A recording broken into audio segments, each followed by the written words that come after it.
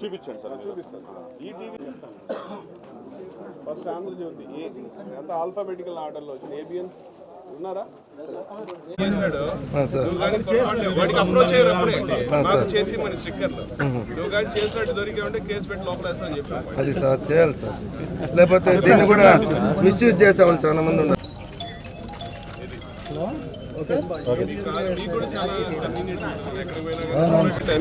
Sticker అని తెలుస్తుంది. ఇంకా వేరే ఏ ప్రెస్ ఉన్నా కానీ అనాథరైజ్ ప్రెస్ మన డిస్ట్రిక్ట్ లో ఉన్న వాళ్ళందరికీ కూడా తీసుకుని అందరికీ కూడా ఇచ్చేస్తాను, ఎవరు మిగల్లా. సో ఎవడైనా ఏదంటే వాడు అనాథరైజ్ కలర్ జిరాక్స్ చేసుకొని అట్లా పెట్టుకునే వాళ్ళు ఉంటారు సార్. అట్లా సాధ్యమైన స్కాన్ చేసే డీటెయిల్స్ వస్తాయి. బాలు ముందుకు రా సార్. సార్ ఒకసారి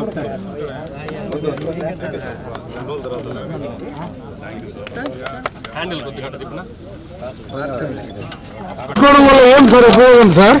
ఈ స్టిక్కర్ వేసుకోవడం వల్ల ఉపయోగం మీదని తెలుస్తుంది అంతే. అంటే ఇది కాకుండా వేరే ఎవరు ప్రెస్ అని వేయడానికి ఇంకొక విషయం, ఆల్రెడీ ఇంతకుముందు మన పాత్రికేయ మిత్రులందరూ కూడా అడగటం జరిగింది.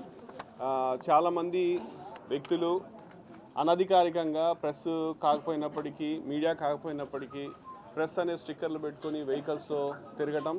మనం దీనికి కూడా లాస్ట్ 2 months నుంచి దాని మీద కూడా డ్రైవ్ చేసి దరిదాపు ఒక 600-700 చిల్లర దాకా ప్రెస్ కావచ్చు, ఈవెన్ పోలీస్ కావచ్చు, అట్లా రకరకాల స్టిక్కర్స్ వేసుకున్నవన్నీ కూడా మనం రిమూవ్ చేయించడం జరిగింది.